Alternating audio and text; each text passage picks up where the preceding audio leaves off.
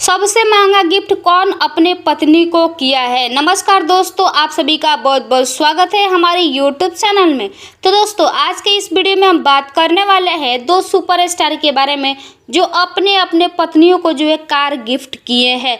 हाल ही में power star Pawan Singh अपने पत्नी को जो है व्हाइट कलर का कार गिफ्ट किए है, जिसका कीमत जो है 20 लाख रुपया। जी हाँ, आपने सही सुना, 20 लाख रुपया के कार गिफ्ट किए हैं अपने पत्नी ज्योति सिंह के लिए।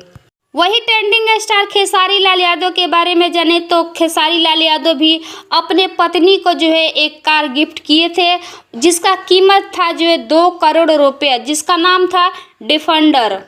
तो कमेंट में जरूर कमेंट कीजिएगा कि सबसे महंगा गिफ्ट कौन जो है अपने पत्नी को किया है, और वह जो है पवन सिंह का गाड़ी का क्या नाम है। तो चलिए फिर मिलते हैं अगले इंटरेस्टिंग वीडियो में। तब तक के लिए हमारे चैनल से जुड़े रहें हर रोज भोजपुरी के नए नए खबर पाने के लिए।